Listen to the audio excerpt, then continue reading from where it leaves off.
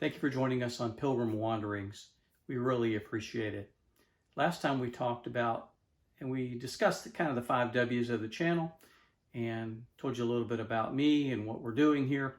And I won't go over that again. Looking forward to what we have today to share with you. And hopefully it will be helpful for you as well, maybe in your journey, maybe if you're looking for a vehicle, you're trying to make the decision of what will be your quote adventure vehicle, maybe a retirement adventure vehicle like mine. But either way, we hope it is helpful for you.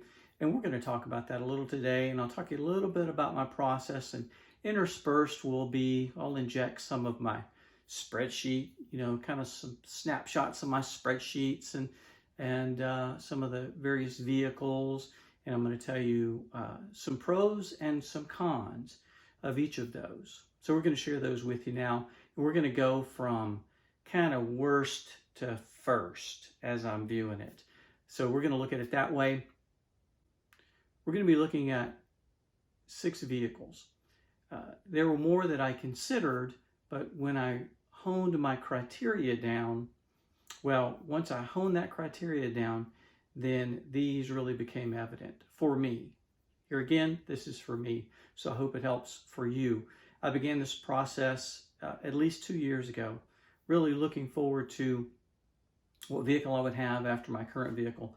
Current vehicle is a Volvo XC60, a 2011 model, but it's getting up there in age, and I was looking at what my next vehicle would be, and then I began to consider the trajectory of my life, and I wanted to match my vehicle to what I want to do in life. So that was what played into it as well. I won't bore you with all my machinations on that. But looking at my priorities, I kind of honed it to a few priorities for me that were very important. Number one, to do what I wanted to do, it needed to be a 4-wheel drive vehicle, not just an all-wheel drive. My Volvo is a great all-wheel drive vehicle. I'll tell you, on a road surface, it'll take you anywhere you want to go. It is an awesome vehicle, and I love it. And I miss it for a lot of reasons. But my next vehicle, I wanted a proper 4-wheel drive with a 2-speed transfer case. So I wanted that ruggedness. And here again, that goes to my next point. I wanted it to be rugged and off-road capable. Rugged and off-road capable. Oh, by the way, yes, my notes are right over there, so I'm glancing at my notes. So, thanks. But rugged and off-road capable, because as I shared with you, there's some journeys, adventures that I want to take on, and I don't want to get stuck out in the middle of nowhere if I don't have to. I want to do everything I can to be prepared. And as well, I wanted just that type of vehicle. I haven't had a proper 4-wheel drive vehicle, rugged vehicle. I'm trying to remember if I've ever have. I don't think I ever have, so I'm looking forward to it. I've had trucks before, but not along that level. Another thing that's important to me is that latest safety equipment and the automotive tech. There's so many things being done right now as far as to keep yourself safe. And I know there's a lot of controversy on those. You may agree, you may not. That's fine. But there were some certain features that I wanted into the vehicle. My current Volvo was one of the first with some very key features like blind spot monitoring. And I've just gotten used to those things, and I want those in this vehicle. And that was important.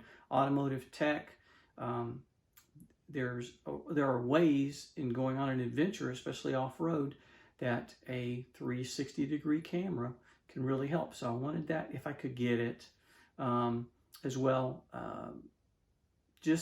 I wanted to see how it all fit together technologically wise. So that was important. Those things were very important for me. The other and a kind of an overarching criteria really was this, that it had to function as a daily driver. The ride had to be good. The handling had to be good on the highway. I had to be able to drive it in the city, and I needed to be able to drive it off-road or down a trail. I also needed to be able to drive it on a long-distance trip, and for it to not wear you out when you got there, or to not have to put in earplugs because the noise of everything. So all of those things were considerations and criteria that I, after really beginning my research, that I honed it down to. So those are the standards that I'm going to be looking at in these vehicles. Okay, we're back, and it's great to see you. Want to go down our list now, beginning in number 6. So without any further delay, number 6, Jeep Wrangler. I know you're thinking, Jeep Wrangler number 6, what's he talking about? Well, I'm gonna tell you what I like about it, pros, and a couple of pros, a couple of cons for each one of these, okay? There are more on either of those. So, Jeep Wrangler pros, the community is awesome. The aftermarket is awesome. Community and aftermarket for me were the main pros for the Jeep Wrangler, and anything you need to add to it is there, and pretty inexpensive as well. So those were some very key things that I really considered, and I'll tell you, going into this, that was my number one choice. Number one choice was the Jeep Wrangler, and it wound up to be number 6 after these, the drivability and the handling. And I'll tell you, it dropped it to the bottom of the list because there are people that spend thousands of dollars on brand new vehicles because they don't track straight down the highway. I won't preach on that too much, but I knew for me it wasn't going to work out. It might be a Jeep thing. Good on you. God bless you. Not for me. Then I heard that the Jeep Gladiator, which is number 5, Jeep Gladiator, maybe. Jeep Gladiator is a truck, and I hear it's better. I hear it rides better. I hear it handles better. And I thought, we got to check it out. So we did. What are the pros for the number 5 Jeep Gladiator? Off-road capability, okay? And I'll direct you to TFL Truck. They did a year-long test and built out a Jeep Gladiator, and it's amazing what that vehicle can do. The aftermarket support, here again, it's people build things for Jeep. Anything you need for a Jeep Gladiator, you're going to be able to get. Okay, for me, the cons, and they differ a little bit from the Jeep Wrangler. To me, it drove better, okay, and it handled a little bit better, okay, which I think would have been acceptable, but I'll tell you, the pricing, to get what you want, it's a lot of money. And the powertrain. You say, powertrain? Yeah, the powertrain. The 3.6 liter engine in the Jeep Gladiator is unacceptable for me. I'll just put it that way. Unacceptable. I drove it, and I thought, once I got on the highway, I thought, no, this will not work. You might say, get the diesel. I'm not spending $3,000 to $4,000 to $5,000 more on a diesel to get a decent running vehicle. Nope, especially on a vehicle that already costs a lot of money. So, Jeep Gladiator number 5. Number 4, Chevy Trail Boss. Okay, number 4 is a Chevy Trail Boss. Really like that vehicle. The pros to it, the appearance. Hey, it right off the lot, it looks good.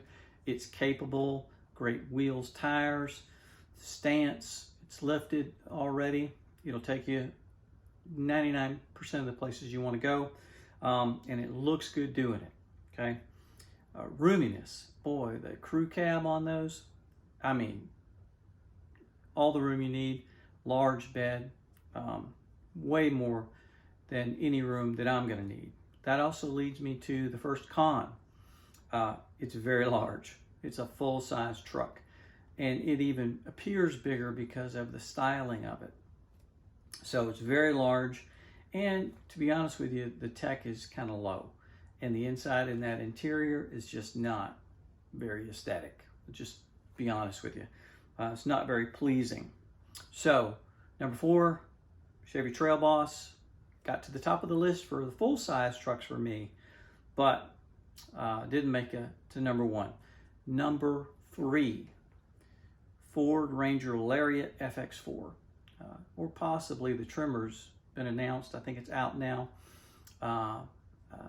Great vehicle, a lot. And here again, I like the mid-size category a little bit better.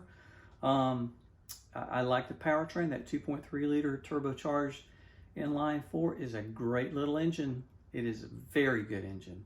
I test drove it and was highly impressed. When you compare that with the 3.6 liter from the Gladiator, no comparison in my opinion. That little 2.3 liter is great engine, very durable, proven over time. The amenities in that truck, you get a lot in that little truck for less than the Gladiator, less than the Trail Boss. You get a lot in there, a lot of tech, leather, you name it. You can get it in that truck. The cons, which put it at number 3 really for me, the styling is a little bit dated.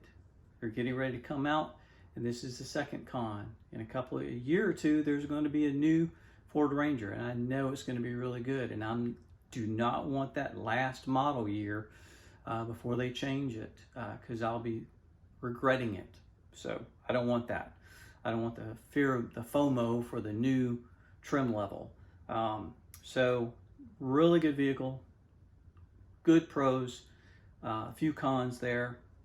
Number 2, you can probably see a drift here.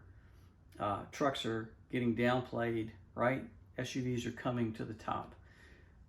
Number 2, and this will automatically let you know what my number 1 is. Number 2 is Toyota 4Runner. Specifically, the Toyota 4Runner Off-Road Premium. That's the version that I would get, not the Pro. And I would get the KDSS suspension system with it. Why? Capability, reliability. It's amazing what that platform can do and does. It is dated. Everybody says it. I've test drove it. I could drive it all day long. It's no problem with me. That powertrain, it's old, but it's reliable and it's rock solid. What the components they put in there, Toyota knows what they're doing, and they design a very good four-wheel drive vehicle. The cons for it, it's a dated styling. Okay, I like the styling, I really do. That 5th gen is a really good looking vehicle, but it's dated, interior wise as well. And number 2, these cons are the same as the Ranger, getting ready to come out with a new one probably in a year or so. I don't want that last one and wish that I would have waited, and I'm not waiting past, here again for me, my deadline is between now and the fall. So that's number 2. Number 1, Ford Bronco. Ford Bronco. You probably saw the reveal like I did. I've always admired the Broncos. I've always liked the Broncos, especially the early Broncos. They chose to follow the cues from the early Broncos in the redesign, which I appreciate. And in July of last year, I saw the reveal and I thought, I was amazed, and I kept hearing things like they've knocked it out of the park. Okay, they hit a home run, and Ford has done an excellent job in styling this, and I think in designing it, and we will see. Now, as I said, I have a reservation in, and I have one on order, and we're going to talk more about that next time. I'm going to give you my pros and cons right now. We're going to close out this video, and then we're going to, the next video will be focused on what will my Bronco look like. Okay, so what are the pros of the Bronco? Number 1, independent front suspension. Okay, it's got all the criteria that I mentioned earlier. Okay, and it's got independent front suspension, and which means that the ride should be very similar to a Ford Ranger, which has an excellent ride and drivability, and a 4Runner. So they should be very close to that. The tech is off the charts.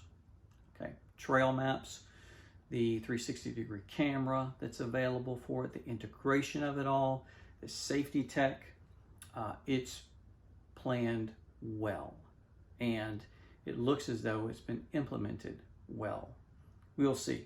those are my main. A lot of other pros to it. The styling, great styling. So many key features. So many good things that they're doing that we'll talk about over the months to come. So a few cons though, okay? The delays in the release. Some of them are COVID related. We get it. We understand it. It's going to happen. Some of them I think are some self-imposed things from Ford that they could have done better. Okay, we all can. There's recent update that if you wanted a black painted modular hardtop, you're not going to get it this year. You're going to have to wait till next year. So some of the delays have been hard, and I'll tell you, there were many times when I almost went down to Toyota dealer and said, find me a 4Runner. I came close a few times. I really did, because here again, I've been looking forward to this for a few years now, and nobody likes to wait. So con number one. Con number two, there's first year questions. You got to admit it. It's based on a Ranger platform.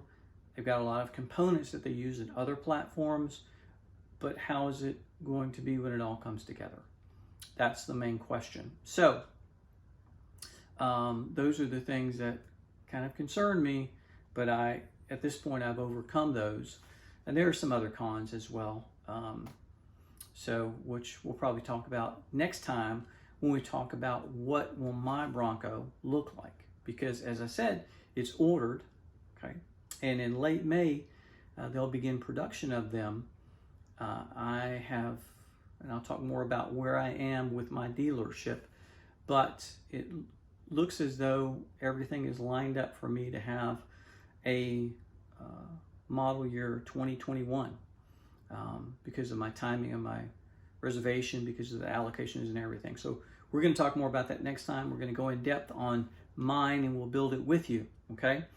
And I'll show you not only the computer CGI generated picture of what I'll have, but I'll go through each area and tell you why I chose what I chose, and why I think it will help me in my retirement adventure vehicle. Here again, thanks for being with us. Thanks for watching, and I will encourage you to think about this as we close today, because really what I've been talking about is choices, decisions, and it's a first world problem, right?